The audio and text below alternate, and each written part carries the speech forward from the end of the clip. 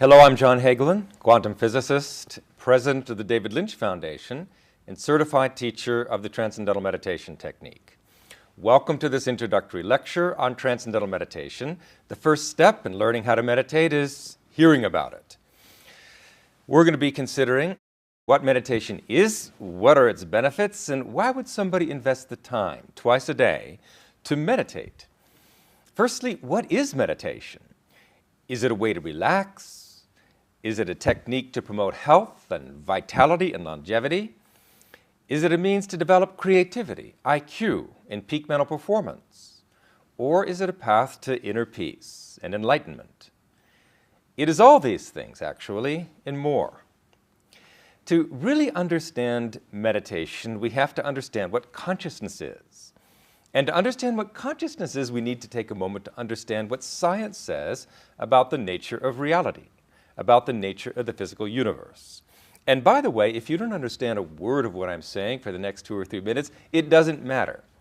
Learning meditation and enjoying its benefits is easy. Children from the age of 10 can master it.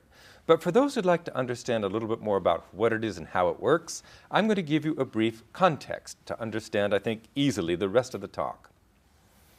Modern science has been exploring the nature of reality for centuries. And during the past 20 years, modern science has probed deeper levels of reality.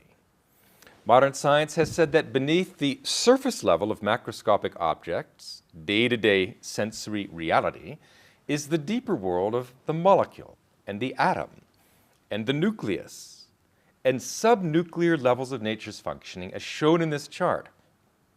This chart summarizes the results of 300 years of modern scientific research. It shows that the universe is structured in layers of creation, from superficial diversity at the top of the chart to fundamental unity at the bottom of the chart.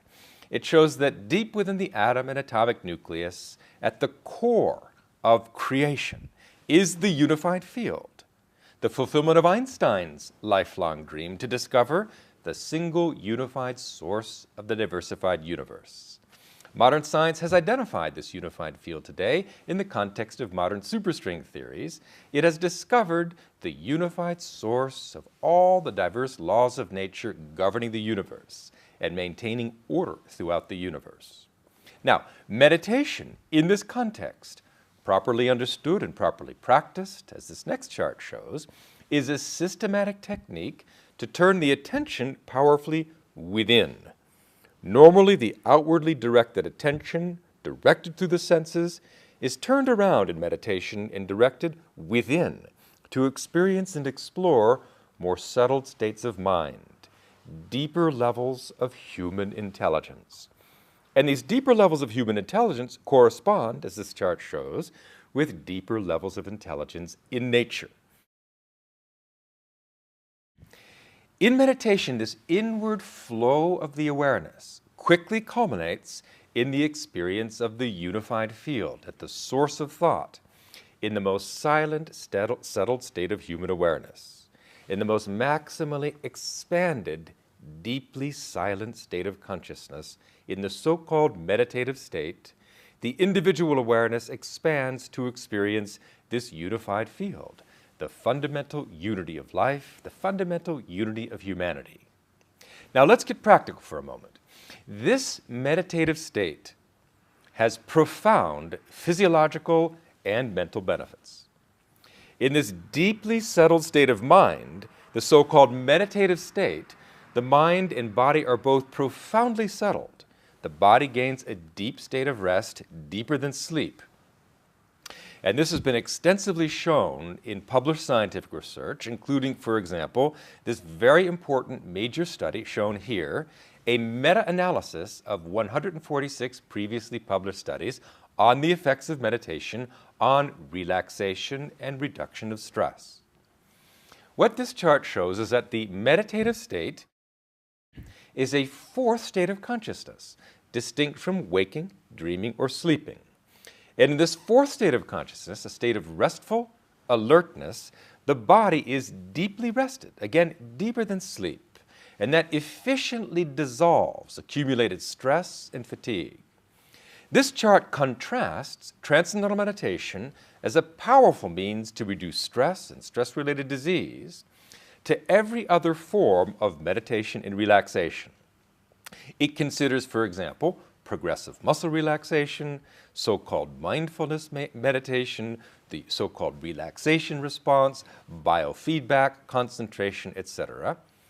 And it shows that these other forms of meditation actually are no more effective than placebo, which in this case just means eyes closed rest, at reducing stress. But at the top of the chart, I think you can see the Transcendental Meditation Program is unique. It is far more effective at reducing stress and the negative effects of stress on health and brain functioning. And the reason for that in a nutshell is that the TM program brings profound rest, and other techniques, for example, concentration, do not. Concentration actually keeps the mind engaged, keeps it active, keeps it focused. Well, that may be fine, but it's the opposite of settling down, of expansion of comprehension, and profound inner silence. And it's the inner silence in the mind that brings silence in the body, profound physiological rest. Naturally, when stress is reduced so powerfully, we expect health to improve. That's because the vast majority of disease is in fact caused by stress. So when we look, for example, at this next slide, one of many studies funded by the National Institutes of Health on transcendental meditation and reducing heart disease, and in particular high blood pressure, which is the #1 risk factor for heart disease. This chart contrasts the effect of transcendental meditation with eyes closed rest, shown in red, with what's called progressive muscle relaxation, shown in orange. And in comparison to these other techniques of relaxation, which are frankly not very effective, transcendental meditation brings a steady and profound cumulative drop in blood pressure month after month after month, resulting in a normalization of blood pressure for those with high blood pressure. More effective, in fact, than hypertensive drugs. Without the negative side effects of hypertensive drugs, without the lifetime of dependency or expensive hypertensive drugs. But it's not just blood pressure. Every major category of disease is profoundly improved, that means prevented, through regular meditation. That means 10 to 20 minutes, 15 to 20 minutes, twice a day. That regular deep rest regularly dissolves stress and prevents stress-related disease. So if we look at this chart, which summarizes every major category of disease, in a major study using Blue Cross Blue Shield statistics, we see, for example, 87% drop in heart disease, 2/3 drop in the incidence of cancer, 93% reduction in diseases of the nervous system, and so forth, simply by providing the body this much-needed rest to eliminate the stress that is the causative factor in the majority of disease. This chart shows that there have been over 600 published scientific studies conducted at 250 independent medical schools and leading universities in the United States and throughout the world, showing the profound health and mental benefits of transcendental meditation. This research makes TM the most extensively researched technique of meditation in the world, and as a result, the most broadly prescribed by doctors and the most widely practiced program of meditation in the world by far. Interestingly enough, not just stress-related disease, but stress-driven behaviors improve as a result of transcendental meditation. For example, this study on smoking cessation compares the relative effectiveness of different approaches.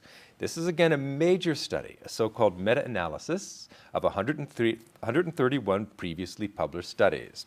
And it compares transcendental meditation on the left and its effectiveness at preventing smoking and reducing nicotine addiction to things like the patch or pharmacological approaches, preventive education approaches, smoking cessation counseling, and so forth, and shows that the TM program is far more effective than anything else that has ever been studied at preventing smoking and quitting smoking. And it's an amazing thing, really, because the teacher of transcendental meditation isn't a coach saying, now buck up, Bobby, and stop your smoking now. He doesn't talk about smoking, or she. They just give the technique of profound inner silence, profound rest, inner happiness, and smoking just falls off. In fact, when you're more attuned to your body, When you have less stress, you become a little more sensitive, in fact, to harmful things, and smoking starts to taste, frankly, rather harsh and distasteful. And people just drop it. It's as simple and natural as that. Finally, in the world of health, I think I'm going to show one more of these 600 published studies. This one has to do with diabetes and what's called metabolic syndrome. Metabolic syndrome is called the modern malaise. It's an epidemic. It affects adults and children. So metabolic syndrome is simply a combination of high blood pressure, diabetes, and obesity. And unfortunately, all three of these risk factors tend to get worse with age and tend to be worse with stress.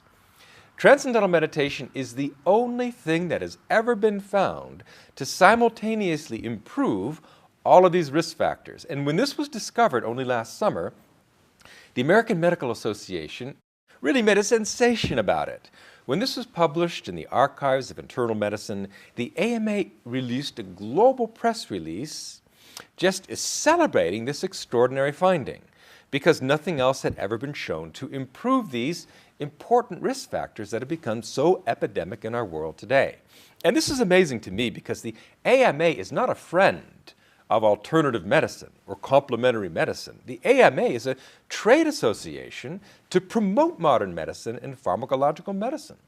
It's not a government institution, it's a trade organization that really sells pharmaceuticals, and yet they were so appreciative that something could actually help the millions and millions of people with metabolic syndrome that they announced this result nationwide and worldwide, and the news went around and around and around the world.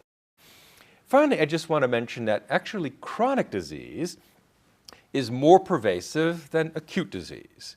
Chronic diseases are diseases that, by definition, for which modern medicine has no cure. And about 100 million Americans suffer from one chronic illness or another, whether it's high blood pressure or diabetes or arthritis or bronchitis or headache or whatever. Transcendental meditation profoundly improves them all. It's really an amazing blessing to those 100 million Americans who suffer from one or other of these chronic illnesses for which modern medicine really offers very little. Finally, to summarize the effects of transcendental meditation on health, I wanted to show this interesting study that looks at aging among meditators. And if you look closely at this study, you'll see that it cites the results of aging on, for example, blood pressure and hearing and the near point of focal vision, and contrasts that effect of aging with the effect of meditation. So, for example, blood pressure goes up with age, it goes down with TM. The high frequency threshold gets worse with age, it improves with TM. Near point vision deteriorates with age, but it improves with TM, and so forth. Cholesterol goes up with age, goes down with TM. Reaction time improves with TM. Learning ability, creativity, and intelligence all decrease with age, but improve with TM. And then, again, asthma, insomnia, depression, and so forth get worse with age. They improve with TM. The effects of meditation and the profound rest that comes through meditation is exactly opposite to the direction of aging. And if you actually measure someone's physiological age, if you don't tell the doctor how old you are, and you let him measure your age through your blood pressure, through your cholesterol, through your vision and hearing and so forth, a doctor will say you have the body of a 58-year-old, or whatever it is. But what you find among meditators, as the next chart shows, people who've been practicing regularly for 5 years or more have a biological age that's about 12 years younger than their chronological counterparts. Basically, we're getting the gift with meditation of 12 years of vitality and longevity. And what is that worth? It's just an extraordinary benefit of the health-promoting benefits of meditation. Now, let me leave for the moment the subject of health and emphasize that all these incredible health benefits that cause tens of thousands of doctors to prescribe TM and millions of people throughout the world to practice TM, it's all just a side effect of what is really a mental practice. It's a mental practice with profound physiological side effects. So what's going on in the mind? It must be something very profound. And that's what this chart shows. Extensive scientific research now over the past, I'd say 20 years, have examined the effects of transcendental meditation on brain functioning. And here we have a meditating student volunteering to put one of these EEG caps on so that we can actually look at and measure the electrical activity of the brain. Measure the firing of the neurons in what is called an EEG. And this is renowned brain researcher, Dr. Fred Travis, performing this experiment. And what you see is really striking. And for an educator like me, it's incredibly exciting. This chart, I'll take a moment to explain, shows on the left the brain of a normal subject in agitated, stressed, waking consciousness. It shows the top view of the brain at the top of the chart left, and the front view of the brain at the bottom of the chart left. And you see little circles on the scalp which indicate the positions of the electrodes that have been placed to measure the firing of the neurons. You'll also see on the left-hand side occasionally bars connecting neighboring regions of the brain. Those bars, where they appear, indicate that those two parts of the brain are correlated. Those two parts of the brain are communicating with each other. They're functioning in an integrated way, a coherent way. But if you see on the left-hand side in ordinary waking consciousness, there's not much coherence, not much orderliness, not much integration in the functioning of the brain. The brain is actually very scattered. Different parts of the brain are doing completely different things, and there's very little communication within the brain. But on the right-hand side of the same chart, we see the very same subject, 3 months later, practicing transcendental meditation, experiencing the unified field, the state of profound inner silence, profound inner happiness. And what we see is striking. The whole brain on the right-hand side, the meditating brain, is crisscrossed with coherence. That means the brain is communicating with itself. The left hemisphere, the right hemisphere, profoundly integrated. The frontal and occipital lobes of the brain, the temporal and parietal lobes of the brain, the whole brain functions in concert. And this is very striking. It's the difference between an orchestra warming up before the conductor has taken the podium. And what you get with the instruments all playing with no coordination is a cacophony of discordant sound, a noise, a racket. But when the conductor takes the podium, raises his baton, suddenly that noise is transformed into flowing music. And that's the difference between disorder and order, chaos and integration. So what we see during meditation is this striking, stunning integration of the brain, what's called global EEG coherence, maximum orderliness of brain functioning. That results from the expanded comprehension during the meditative state, when the individual awareness relaxes and settles and expands to experience this inner unity, inner silence. Well, why is this so exciting, apart from its purely, academic significance? It's exciting because according to decades of research, orderly brain functioning, EEG coherence, is correlated with intelligence, rising IQ, increased creativity, increased learning ability, that means short-term and long-term memory, improved academic performance, increased moral reasoning, enhanced stability, improved emotional maturity and alertness and reaction time. Everything good about the brain depends on its orderly functioning. And now today, in students and adults and anyone, orderly brain functioning can be systematically developed in anyone.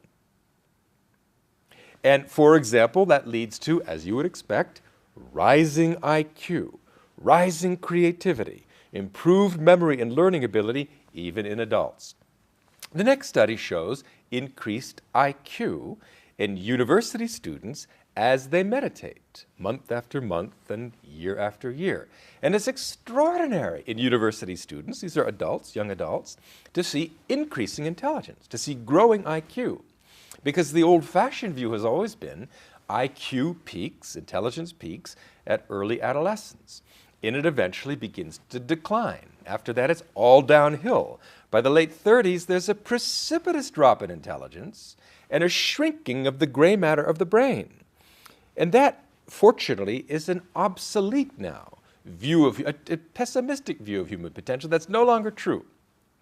Today we can increase orderliness, alertness, creativity, intelligence, IQ in anyone at any time throughout life. Today we know that the brain is so malleable, so plastic, so capable of forging new connections and learning fundamentally new things throughout life.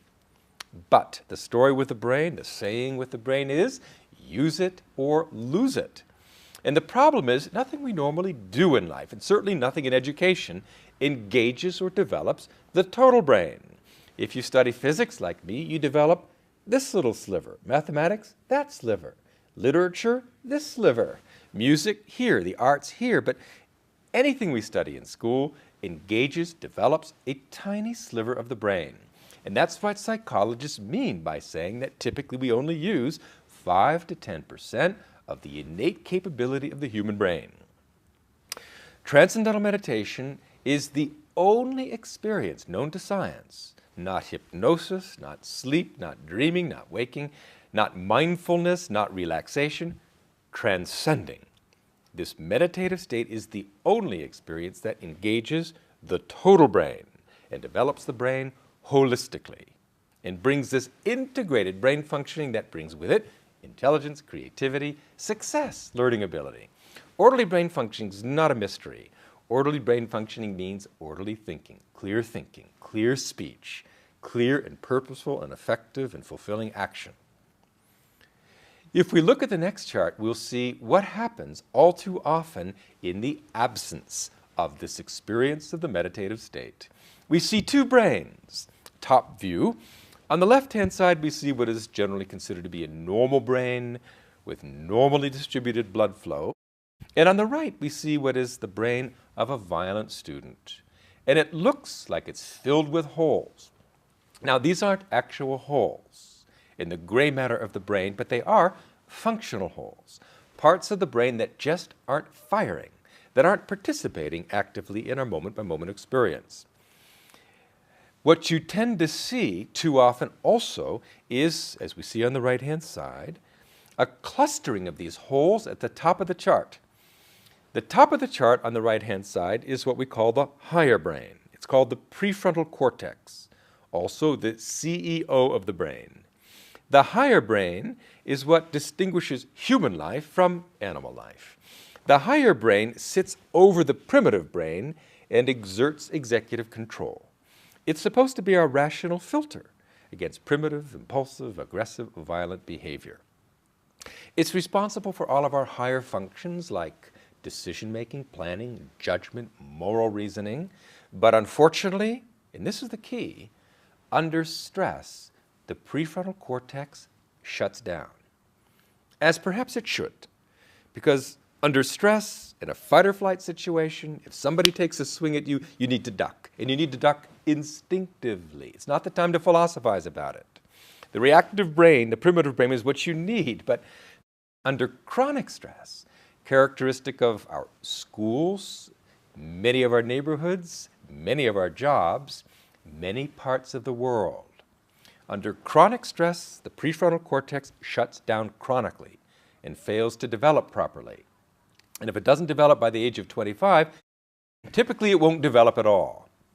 So as a result of that, unfortunately, as a result of pervasive stress, epidemic stress levels throughout the world, we are unfortunately not really developing nearly the full potential of the brain, especially the higher brain, goes underdeveloped. And as a result, we're living in basically an adolescent world. And if you wonder what I mean by an adolescent world, turn on the television and look at some of the shows, or look at the violence throughout the world. All of that violent behavior, that stress-driven behavior, is due to the underdevelopment of the higher brain, the rational filter against primitive, aggressive, impulsive, violent behavior. So it is vital to the individual, it is vital to society that everyone has an opportunity to develop the total brain, students and adults. So, for example, in the prisons, among maximum security felons, the Transcendental Meditation program has been used with incredible success. Firstly, of course, the inmates love it. It provides relief from stress and those pressure cookers of stress. But most importantly, after meditating for 3, 6, or 9 months, people released from prisons don't go back to jail. Recidivism drops by as much as 90%. We have something in transcendental meditation that can actually rehabilitate the brain, something that prisons so far have been absolutely incapable of doing. So what a technique to prevent crime this is, just to provide it even to the prisons so that people have a chance to really grow and to rehabilitate and to restore normal brain functioning and to completely reject a life of crime. I'm an educator. I'm more interested in prevention than I am in the prisons, and I believe this technique is vital to the success, health, and happiness of our students and indeed for everyone. Let me just show you perhaps lastly in this subject of brain development an incredible study that came out this month on transcendental meditation and ADHD.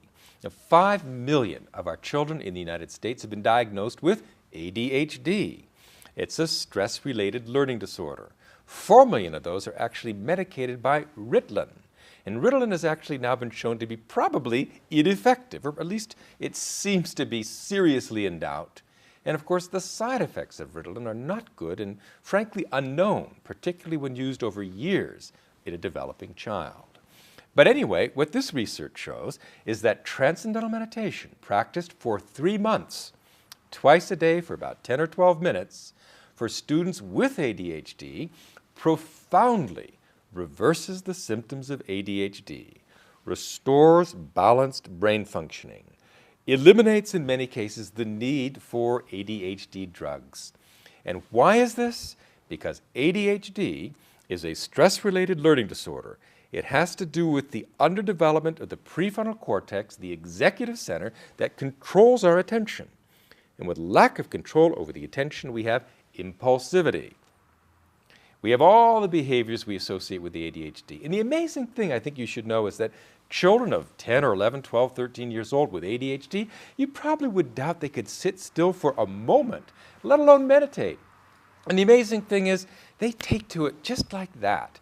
The experience of transcending is so charming, so alluring, that they close their eyes and boom, they're gone into this profound state of restful alertness, restoring brain balance, and just very, very quickly getting over that problem. What a godsend to the children and to the parents, millions of parents of children with ADHD who had absolutely nowhere to turn before this. This little study, not surprisingly, went around and around and around the world. A major breakthrough. So let me just end with a few comments on transcendental meditation and life in general.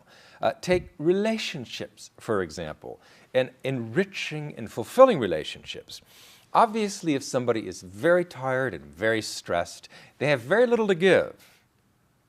And if two people come together with very little to give, both very needy, there's no giving and there's no receiving.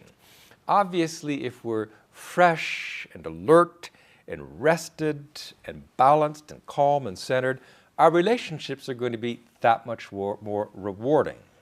And when we meditate twice a day, in the morning, before our work day, and in the afternoon, after work or after school, that gets rid of all the fatigue and the stress of the day, and it prepares us to enjoy a rich and rewarding home life or social life. But it's really more than just the release of stress. Again, meditation takes the awareness deeply within to experience finer levels, more refined, more subtle levels of thought. And in the process of experiencing more refined levels of thought, we get used to, we get accustomed to experiencing in a more refined and sensitive way. So when you see somebody else and you interact with somebody else, you're not seeing that sort of gross, surface, crusty body. You're seeing much more the inner person, the inner glow, the inner warmth, the inner beauty of somebody. And what happens as you meditate, you start to see more and more the beauty in everything, the beauty in everyone. Relationships become so rich. You kind of fall in love with everyone and everything as you really see the incredible beauty of this creation that surrounds us. And we can be very much lost to that beauty if our head's in a cloud and we're highly stressed. So by awakening our ability to perceive the heart starts to melt, it starts to flow, and we really become far more loving, far more giving human beings. And ultimately, frankly, more loving and more peaceful human beings is the formula for peace, personally and globally. If you want a peaceful world, you need peaceful individuals. You can't have a green forest without green trees.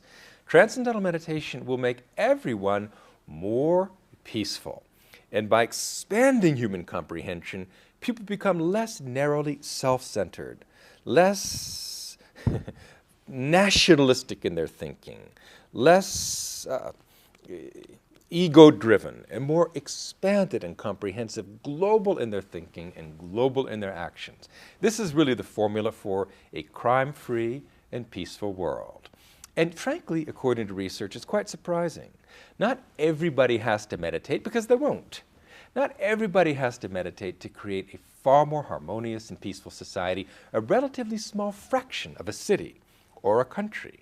Practicing meditation, experiencing profound inner peace, radiating that peace among their friends and among their society, creates far lower crime rates and prevents violence and war.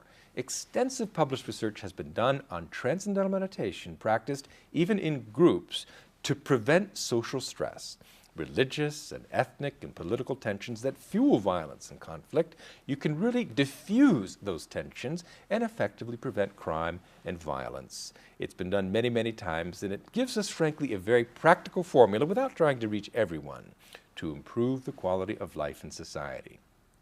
So I wanted to touch on that because many people are driven to meditate not just for their own benefit of brain development and health and vitality and longevity. Many people are driven to meditation for altruistic reasons, for improving the quality of life and for promoting peace on earth and enlightenment. What is enlightenment? Enlightenment is living the truth of life. And the scientifically proven truth of life today, in this scientific age, is unity. We are all united at our core. Deep within each of us is this unified field, the unified field of consciousness that pervades and connects us all. That is our profound inner nature in knowing that unity and living the unity of life, and the unity of humanity is traditionally called enlightenment. Today it's no longer mystical. We can measure enlightenment in the orderliness of brain functioning. The higher states of consciousness are a scientific reality today, and everyone who meditates grows very quickly in these qualities of higher states of consciousness. That just means using your full potential of mind, body, and behavior. It just means life blossoming to become the absolute best it can be.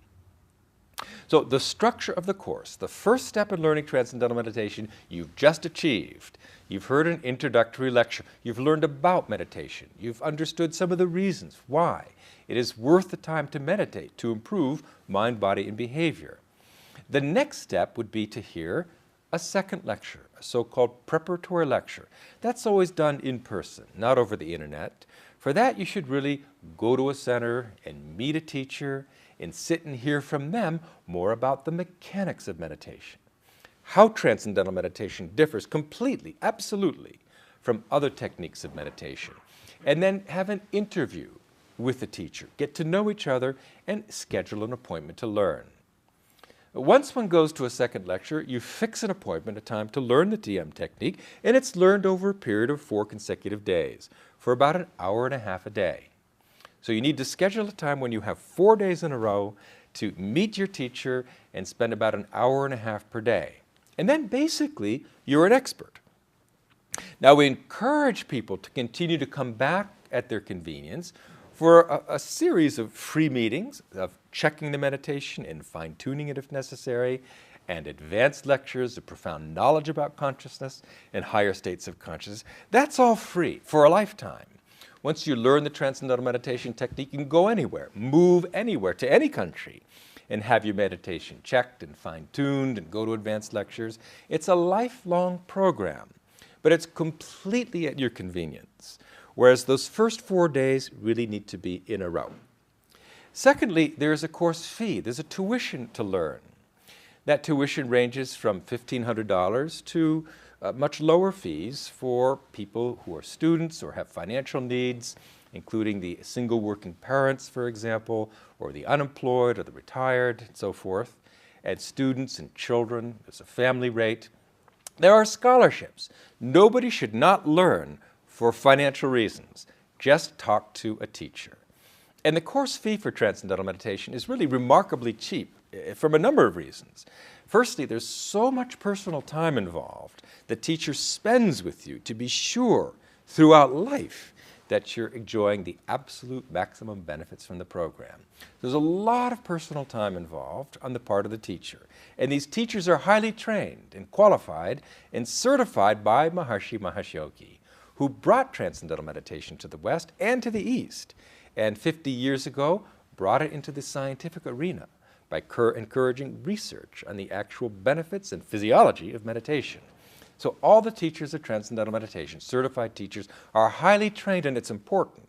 They have the equivalent of a graduate degree in teaching meditation, and a lot of their time is used. It's a very easy technique to learn, but it's quite a skill to teach it.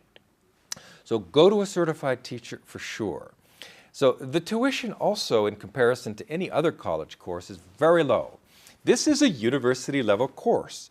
It is offered for university credit.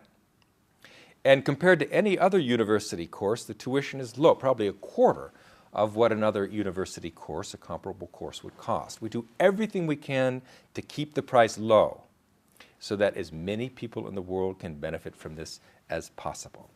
And then finally, there's another requirement before you schedule your 4 days, and that's the requirement of not using certain recreational drugs.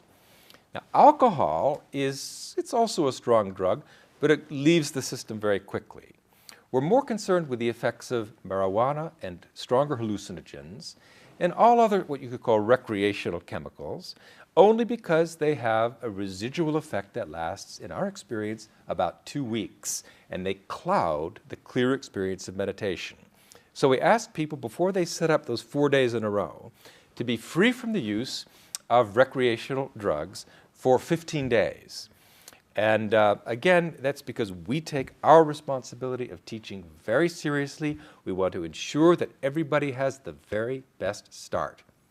After a person learns Transcendental Meditation, then they're their own responsibility. People can do whatever they do, but they will also probably find that the desire to use recreational drugs gets less and less as stress goes down and inner happiness goes up and up.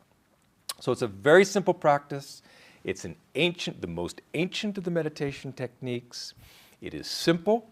It is not a religion. It's not a philosophy. It makes no difference whether you believe in it or not, whether you understand it or not, because it's not an intellectual practice. Transcending is going beyond the intellect, beyond thought, to experience the ocean of consciousness, pure consciousness, at the basis of mind and matter. And from that experience, the benefits come. So I sincerely hope everyone will at least take the next step and contact a teacher. Go to the website www.tm.org to learn more about how to learn. In fact, go right to the page tm.org/learn. And that'll take you right to a Transcendental Meditation teacher. It'll take you right to a preparatory lecture or second lecture, and you'll be on your way. But knowing about this and what the potential is in life, and thinking about what life could be with 100% of your full brain potential, and with vitality and health, in 15 years reduction, 12 years reduction in biological age, and increase in longevity, it's incredible what this one simple thing can do. There is nothing as healthy, not even exercise, has the proven physiological health-promoting benefits of Transcendental Meditation. It's unique in this world. It's a gift.